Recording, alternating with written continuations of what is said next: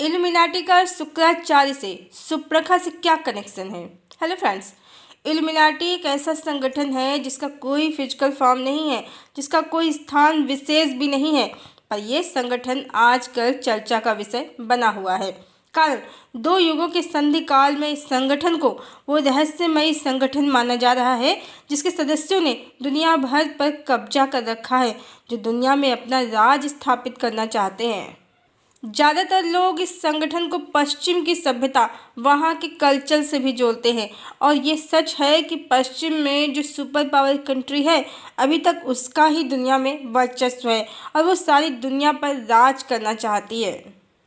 जो भी उस देश के लीडर होते हैं, उनका उद्देश्य सारी दुनिया पर शासन करना ही होता है।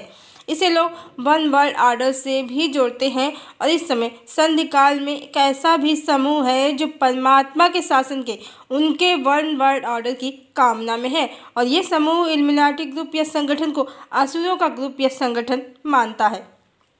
पर इल्यूमिनाटी संगठन जैसा कि कोई फिजिकल फॉर्म में है ही नहीं, तो इसकी पहचान क्या है। इसका जो साइन है वो एक ट्रायंगल में एक आँख है, सिर्फ एक आँख है। आँख ट्रायंगल में ट्रैप है, वो इस ट्रायंगल के बाहर का कुछ नहीं जानती है। और बिल्कुल इसी तरह जो दानवों के गुरु हैं शुक्राचार्य, उनके भी एक ही नेत्र है। आध्यात्म में एक नेत्र का अर्थ अर्ध अस्पष्ट ज्ञान होता है। अब इल्यूमिनाटी का साइन एक तो अर्ध अस्पष्ट ज्ञान को और दूसरे ट्रैप की गई नॉलेज को रिप्रेजेंट करता है, जिसमें आज सारी दुनिया ट्रैप हो चुकी है। सभी संसार को ही सत्य समझते हैं, स्वयं की चेतना तक को नहीं समझ पाते हैं। परमात्मा को समझना तो बहुत दूर की बात है, और ये सब कार्य इसी इल्यूमिनाटी संगठन शुक्राचार्य की एनर्जी से प्रेरित संगठन के कारण ही संभव हुआ है। शास्त्रों में जो भारी मिलावट की गई है, सब इल्यूमिनाटी ग्रुप का ही कार्य है। शरीर को ध्यान में रखकर रचे गए शास्त्र भी इल्यूमिनाटी संगठन की ही देन है। सीता परित्याग और अग्नि परीक्षा, रुक्मिणी को सीता प्रतिष्ठित करना, भगवान श्री कृष्ण को बहुपत्नीवादी सिद्ध करना, संसार को सत्य सिद्ध करना, ईश्वर का ओंकार स्वरूप छुपाना, सब इल्यूमिनाटी संगठन का ही कार्य है। हम अपने बहुत से वीडियो में प्रमाण सहित बता चुके हैं कि रुक्मिणी क्यों शुक्राखा का अवतार है। फिर भी कली की माया में इल्यूमिनाटी संगठन के जाल में फंसे कुछ लोग इस सत्य को समझ ही नहीं पाते हैं। कारण हजारों वर्षों से उसे देवी लक्ष्मी का अवतार जो समझा गया है, पर हमने उसके सारे भेद एक एक करके खोल दिए हैं। उसे हरण पसंद है, राक्षस विधि से विवाह पसंद है, उसके विवाह में उसके पिता और भाई की बहुत अपकीर्ति हुई है, चुल्लू भर पानी में डूब के मरने की स्थिति हो गई है उसके पिता और भाई की। भगवान श्री कृष्ण ने अपने चरणों से उसके पिता और भाई की कीर्ति को रौंद दिया है, उसके भाई को सिर से गंजा कर दिया है। ये सब देवी लक्ष्मी कल्याणी के होने का प्रभाव नहीं है, ये सब रुक्मिणी रूपी शूर्पणखा के पूर्व जन्म के कृत्यों का प्रभाव और परिणाम है। इसके बाद श्री कृष्ण ने 7 और विवाह किए हैं, फिर 16,100 भी। पर सबसे इंटरेस्टिंग, इतनी सारी स्त्रियों की भीड़ की द्वारिका में, पर एक भी विवाह में भगवान ने दूल्हा बनना, बारात सजाना, ऐसा कोई कार्यक्रम नहीं किया, क्योंकि रुक्मिणी से लेकर सभी 16,108 स्त्रियां मात्र भोगों की मारी, कामना की मारी, शरीर के सुखों की मारी, भगवान राम के रूप और देह पर कामासक्त हुई पथभ्रष्ट जीवात्माएं थीं, जिनकी इच्छा द्वापर में भगवान ने पूर्ण अवश्य की, पर इनसे विवाह अवैधिक रीति से युद्ध हरण विवाद के माध्यम से किया, और पूरा एक जीवन इन जीवात्माओं ने भगवान की द्वारिका में बिताया, और अंत में श्री कृष्ण का जाना अपनी 10-10 संतानों को मदिरा पान कर आपस में लड़कर मरते भी देखा, द्वारिका का डूबना भी देखा। ये सब प्रभाव दैवी नहीं, दानवी है, आसुरी है, और हजारों स्त्रियों का होना रुक्मिणी का महत्व तो भगवान के जीवन में नगण्य करता है। एकमात्र पत्नी का गौरव उसे प्राप्त नहीं हुआ है, और इसी कारण द्वारिकाधीश धाम में भी न तो उसे न श्री कृष्ण की किसी भी पत्नी को स्थान प्राप्त हुआ है। पर इतने सारे प्रमाण और सत्य सब शास्त्रों में लिखे तो हैं, पर इल्यूमिनाटी संगठन के द्वारा इतनी अलंकारिक और मायावी भाषा में लिखे हैं कि सत्य साधारण मनुष्य समझ ही नहीं पाते हैं, क्योंकि इस संगठन ने इन स्त्रियों को प्रेम की देवियां बताया है और भगवान को प्रेम का महाअवतार। अवैदिक रीति से विवाह को भगवान का बल और पौरुष और भगवान राम के विपरीत चरित्र बताया है, और रुक्मिणी हरण और राक्षस विवाह को प्रेम और गंधर्व विवाह बताया है। जबकि भगवान राम का एक पत्नी व्रत इल्यूमिनाटी संगठन के इस मायाजाल को एक क्षण में तोड़ देता है। जो रुक्मिणी लक्ष्मी होती तो उसका हरण नहीं, बल्कि उससे वैदिक रीति से भगवान का विवाह होता। वो एकमात्र पत्नी होती भगवान की, उसके पिता और भाई का अपमान भी नहीं होता, और न द्वारिका डूबती, न कुल का नाश होता, और न संतानें ही मदिरा पान करने वाली राक्षस प्रवृत्ति की आपस में लड़ने वाली होती, और न भगवान उससे पहले देह त्यागते। सीता, यशोधरा, राधा और लक्ष्मी प्रिया सभी देवियों ने हर अवतार में अपने स्वामी से पहले ही देह त्याग किया है। जो देवी लक्ष्मी शक्ति का प्रभाव है, आगे आगे शक्ति चलती है, पीछे पीछे शक्तिमान। बिना शक्ति को लिए शक्तिमान संसार त्याग ही नहीं सकता। रुक्मिणी के साथ जो घटनाक्रम जुड़े हैं वो उसके पूर्व जन्म में सुपर्णखा होने का ही प्रमाण है, पर इल्यूमिनाटी संगठन सारे सत्य और प्रमाणों को झुठलाते हैं। देवी राधा का सत्य, आदि शक्ति का सत्य मानने से मना कर देते हैं, अस्वीकार कर देते हैं, और इस सत्य से मुँह छुपाते हैं कि देवी राधा देवी सीता है, जिनके पढ़े सूत्र में बंधकर भगवान का दूसरा विवाह संभव ही नहीं है। जबकि रुक्मिणी हजारों संग भगवान के रनिवास में रहती है, जिनसे विरह सहकर भगवान ने रुक्मिणी जैसी हजारों कामासक्त स्त्रियों की इच्छा मात्र पूर्ण की है। अन्यथा जो प्रिया से जगदम्बिका से विवाह हो गया होता तो इन आसक्त स्त्रियों की इच्छा कभी पूर्ण नहीं होती। जहाँ प्रिया हो वहाँ हजारों का कोई कार्य ही नहीं है, पर इल्यूमिनाटी संगठन जो शुक्राचार्य की अस्पष्ट अर्धज्ञान और सुपर्णखा की काम वासना की ऊर्जा से ही प्रेरित है, उसके ही सदस्यों ने, काल नेमियों ने ग्रंथों में जमकर मिलावट की। भगवान श्री कृष्ण और देवी राधा का सत्य छुपाकर, रुक्मिणी को लक्ष्मी का अवतार बताकर भगवान के सत्य चरित्र छुपा दिया, और भगवान को बहुपत्नीवादी सिद्ध कर दिया, और भगवान के सहारे समाज में भोग, स्त्री भोग, मल्टीपल रिलेशंस, पॉलीजनी सब का विस्तार किया। और आज शुक्राचार्य की काली ऊर्जा के कारण ही समाज में अनैतिक रिश्ते, अनेकानेक संबंध, परिवारों में छल कपट प्रपंच सब चल रहा है, और हमारे भगवान श्री कृष्ण का इसके लिए प्रमाण दिया जाता है। और इसी तरह इल्यूमिनाटी संगठन के सदस्य ट्विन फ्लेम पर भी पूरी तरह से गलत थ्योरी को समाज में फैला चुके हैं, जिसके कारण जीवात्माएं मूर्खतावश ईश्वर को प्राप्त करने के स्थान पर स्वयं का आधा हिस्सा प्राप्त करने के चक्कर में पड़कर पूरा जीवन व्यर्थ गवा देती हैं। पूर्णमदा पूर्णमिदं मंत्र जो हमारे ऋषियों ने बनाया है, उसके अनुसार आत्मा का आधा हिस्सा कभी नहीं होता है। हर चेतना मूल चेतना का प्रतिबिंब पूर्ण प्रतिबिंब होती है और स्वयं में पूर्ण होती है। पूर्णमदा पूर्णमिदं पूर्णात् पूर्णम् उददिश्यते पूर्णस्य पूर्णमादाय पूर्णमेव अवशिष्यते। परमात्मा पूर्ण है, पूर्ण परमात्मा में से उत्पन्न हर जीवात्मा पूर्ण है, और पूर्ण में से पूर्ण निकलने के बाद भी परमात्मा पूर्ण है। और श्रीमद् भगवद गीता के अनुसार भी आत्मा को काटा या छाटा नहीं जा सकता है। नैनम छिद्यन्ति शास्त्राणि नैनम दहति पावका न चैनम क्लेदयन्तापो ना शोष्यति मारुता।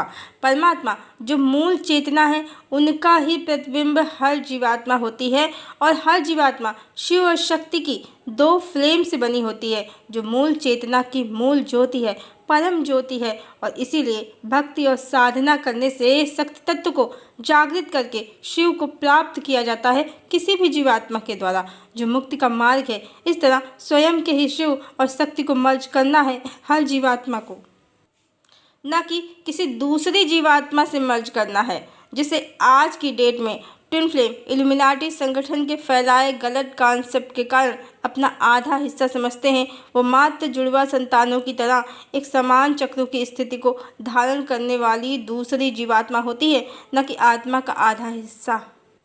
चक्रों की स्थिति की समानता ही भौतिक जगत में मिलने पर अपनेपन का एक होने का अनुभव कराती है, जबकि सत्य ये है कि सब जीवात्माएं परमात्मा की मूल चेतना का प्रतिबिंब हैं और अपने सत्य स्वरूप में एक ही हैं। भेद तो किसी में भी नहीं है, इसीलिए अपनापन अनुभव होना कोई आश्चर्य की बात नहीं है। पर इल्यूमिनाटी संगठन ने चेतना और ट्विन फ्लेम सबके रहस्यों को, सत्य को छुपा दिया है अपनी काली माया से। इसी तरह ये संसार दुखों का एक घर है, शरीर नाशवान है। इन कटु सत्यों को भी इल्यूमिनाटी संगठन न तो स्वीकार करते हैं, ना ही प्रकट करना चाहते हैं और बार बार ऐसे आविष्कार करने का प्रयास करते रहते हैं जिससे मृत्यु को टाला जा सके, शरीर को सुंदर और दीर्घायु बनाया जा सके, बीमारियों को समाप्त कर दिया जाए। पर आज तक संभव नहीं हो पाया है, बल्कि अब तो बीमारियों ने अज्ञात रूप बना लिए हैं जो मनुष्यों की पकड़ में आते ही नहीं हैं।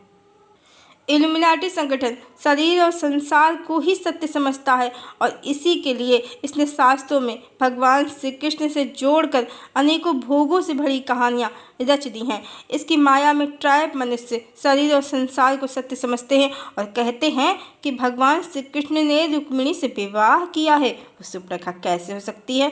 पर वो भूल जाते हैं कि भगवान ने रुक्मिणी के रहते हजारों विवाह किए हैं, सब अवैधिक रीति से। जहाँ हजारों अवैधिक रीति से विवाह हुए हों, वहाँ विवाह का क्या महत्व रह जाता है, रुक्मिणी का क्या महत्व रह जाता है। और संसार तो माया का है, शरीर नाशवान है। माया के जगत में नाशवान शरीर से विवाह, क्या इसका प्रमाण हो सकता है कि रुक्मिणी सुप्रखा नहीं लक्ष्मी है, जबकि भगवान ने उसके रहते हजारों विवाह कर लिए। क्या देवी लक्ष्मी की महिमा इतनी गिर गई? ये तो सिर्फ इल्यूमिनाटी संगठन का ही कार्य है। उसके एक नेत्र और ट्रायंगल में दुनिया ट्रैप है। वैसे सुप्रखा राम के कुल का नाश जो चाहती थी, जिसके कारण ही द्वारिका का डूबना और रुक्मिणी की संतानों श्री कृष्ण के कुल का नाश संभव हुआ।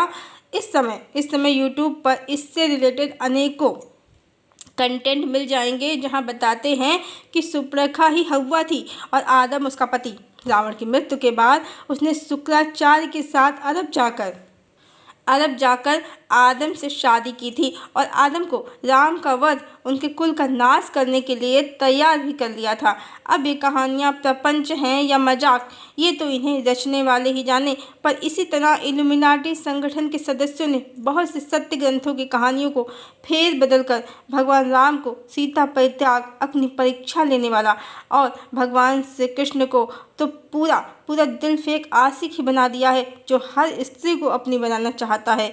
इल्यूमिनाटी के द्वारा पूरे एक सिरे से शास्त्रों में ऐसी और इतनी मिलावट की गई है कि कोई भी मनुष्य जिसकी अंतर्दृष्टि जागृत नहीं है, इनके ट्रैक में फंस जाता है और कब वो इस संगठन का सदस्य बन जाता है उसे पता भी नहीं चलता।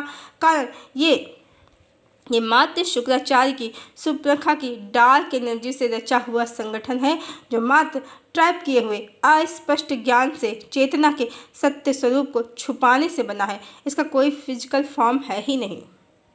ये चेतना के स्तर पर कार्य करता है और लोगों की चेतना को ही ट्रैप कर लेता है और फिर वो ट्रैप किए गए लोग इस संगठन की दिखाई एक आंख की ऊर्जा से प्रेरित होकर ही निर्णय लेते हैं, कार्य करते हैं। पर अब जैसा कि भगवान धरा पर हैं सशरीर, तो उनकी ऊर्जा से जैसे कली का ट्राइब खंड खंड हो गया है, इल्यूमिनाटी और उसका ट्राइब भी आज नहीं तो कल छूमंतर हो ही जाएगा, होना ही पड़ेगा, क्योंकि इसके ही निमित्त परमात्मा धरा पर आए हैं। और ध्यान रहे, यदि रावण अपनी आसक्ति के कारण द्वापर में रायन बनकर देवी राधा का पति बन सकता है, कलिकाल में देवी वैष्णवी को प्राप्त कर सकता है, तो सुप्रखा भी श्री कृष्ण की पत्नी बन सकती है। यहाँ भी आसक्ति ही कारक है। भक्ति मुक्ति प्रदान करती है, विवाह आदि सांसारिक बंधन नहीं। इसीलिए जिस प्रकार रावण पर स्त्री में आसक्ति के कारण चरित्रहीन है, उसी तरह ये सभी श्री कृष्ण की रानियां भक्त नहीं पर पुरुष में आसक्ति के कारण चरित्रहीन है, और इसीलिए भगवान ने इनमें से किसी एक को अपना समर्पण न देकर एक ही बार में इन सब से विवाह करके, युद्ध के माध्यम से अवैधिक रीति से विवाह करके मात्र इनकी कामेच्छा पूर्ण की है। प्रेम या भक्ति का यहाँ कोई संबंध ही नहीं है। यदि भक्ति का परिणाम विवाह होता तो मीराबाई के समकालीन ही चैतन्य महाप्रभु हैं, जो श्री कृष्ण ही हैं, तो वो मीरा से इसी धरती पर विवाह रचा लेते और स्वयं चैतन्य विष्णुप्रिया देवी को भक्ति का पाठ पढ़ाकर संन्यास के मार्ग पर न चले जाते। और यशोधरा भगवान बुद्ध की पत्नी तो स्वयं आदिशक्ति थी, वो सांसारिक जीवन में उन्हें पूर्ण रूप से प्राप्त थी। यदि विवाह ही अंतिम लक्ष्य होता तो बुद्ध प्राप्त हुई प्राण प्रिया को छोड़कर ज्ञान की तलाश में घर बार न छोड़ देते। चूँकि जो राम हैं, कृष्ण हैं, बुद्ध हैं, चैतन्य हैं, उनकी पत्नी सीता, राधा, यशोधरा और लक्ष्मी प्रिया हर अवतार में आदि शक्ति ही हैं, जो कहानीवश प्राप्त होकर भी छूट जाती हैं। कारण इतना ही है कि संसार में प्राप्त करना पूर्ण रूप से प्राप्त करना होता ही नहीं है, और भगवान की कहानी इस माया के संसार में भले ही अधूरी लगती है, पर परमात्मा के लोक में वो पुनः एक हो जाते हैं। और माया के जगत में प्राप्त न हो पाने का कारण भी मात्र इतना ही है कि संसार मिथ्या है, परमात्मा सत्य है। जो माया से परे जगत है, वहाँ भगवान और भगवती सदा एकत्व में हैं, और इसी स्वरूप को, परमात्मा के इसी स्वरूप को हर जीवात्मा को प्राप्त करना है, क्योंकि हर जीवात्मा स्वयं ही भगवान, भगवती, शिव शक्ति का कंबाइंड रूप है। ईश्वर को प्राप्त करने का यही तरीका है, चेतना के जगत में प्राप्त करना, स्वयं में प्राप्त करना, न कि विवाह रचाने से भगवान प्राप्त होते हैं। विवाह में वैसे भी दो होते हैं, जबकि परमात्मा के लोक में एक ही परम सत्ता है। परमात्मा की भगवती भगवान में स्थित हैं, उनसे भिन्न नहीं है। और जीवात्मा जब ईश्वर को प्राप्त करती है तो स्वयं ईश्वर बन जाती है, उनमें विलीन हो जाती है। इसीलिए कबीरदास ने कहा है, जब मैं था तब हरि नहीं, जब हरि तब मैं नाही। और प्रेम गली अति साकरी, जामे दो न समाए। प्रेम की गली में दो की जगह ही नहीं है। पर शुक्राचार्य की डार्क एनर्जी, इल्यूमिनाटी ग्रुप की ब्लैक एनर्जी ने चेतना और भगवान के सब रहस्यों पर अपनी मायावी कहानियों का जाल बिछाकर भगवान को बहुपत्नीवादी बना दिया है, और मनुष्यों से ईश्वर का सत्य ओंकार स्वरूप छुपा दिया है। बिल्कुल बरमूडा ट्रायंगल की तरह इस ग्रुप ने सुप्रखा और शुक्राचार्य की एनर्जी को पूरे संसार में फैलाया है, जिसमें मानव जाति बुरी तरह से आज ट्रैप हो गई है। और अब मात्र ईश्वर की कृपा, डिवाइन लाइट ही इस बरमूडा ट्रायंगल से, जो इल्यूमिनाटी ग्रुप ने बनाया है, उससे निकाल सकती है।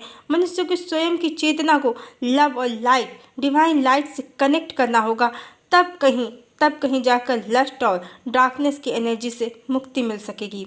परमात्मा का ध्यान करना होगा, तब इल्यूमिनाटी के डार्क ब्लैक इल्यूजन तिलिस्म को पार कर पाना संभव होगा। हरि ओम।